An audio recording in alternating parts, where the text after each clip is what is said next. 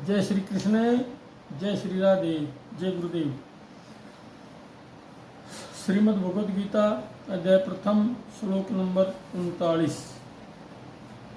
नहीं हम इस बात से अनजान कि कुल का नाश कर दोष कितना महान, विचार ऐसा भगवान तब क्यों न करें कि जिससे हम सब इस पाप से बच सकें।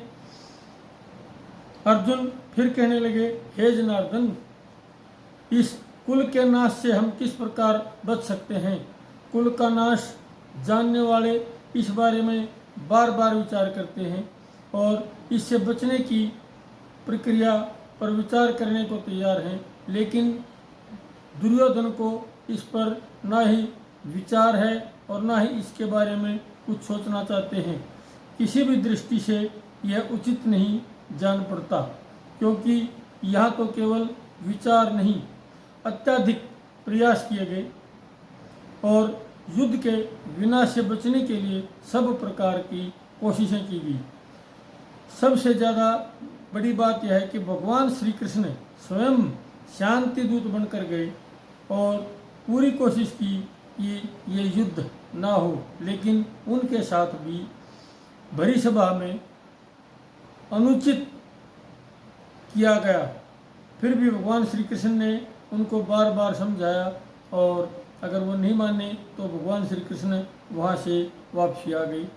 युधिष्ठिर ने 5 गांव मांगे और 5 गांव लेकर ही उन पर अपना समय व्यतीत करने की बात की, लेकिन दुर्योधन, जिसके मन में अत्याचार के अलावा कुछ था ही नहीं, उसने किसी भी बात को नहीं माना। और जो पांडव बार बार विनम्रता बरत रहे थे, जो पांडव बार बार विनम्र होकर प्रार्थना कर रहे थे, उसने उनकी बातों को कायरता समझा और बार बार एक ही बात दोहराता रहा कि युद्ध के बिना सुई की नोक के अग्रभाग की बराबर भी कोई हिस्सा जमीन का उनको नहीं दिया जाएगा। फिर भी अक्षत्रिय होकर चुप बैठ जाएं, कोई बात नहीं।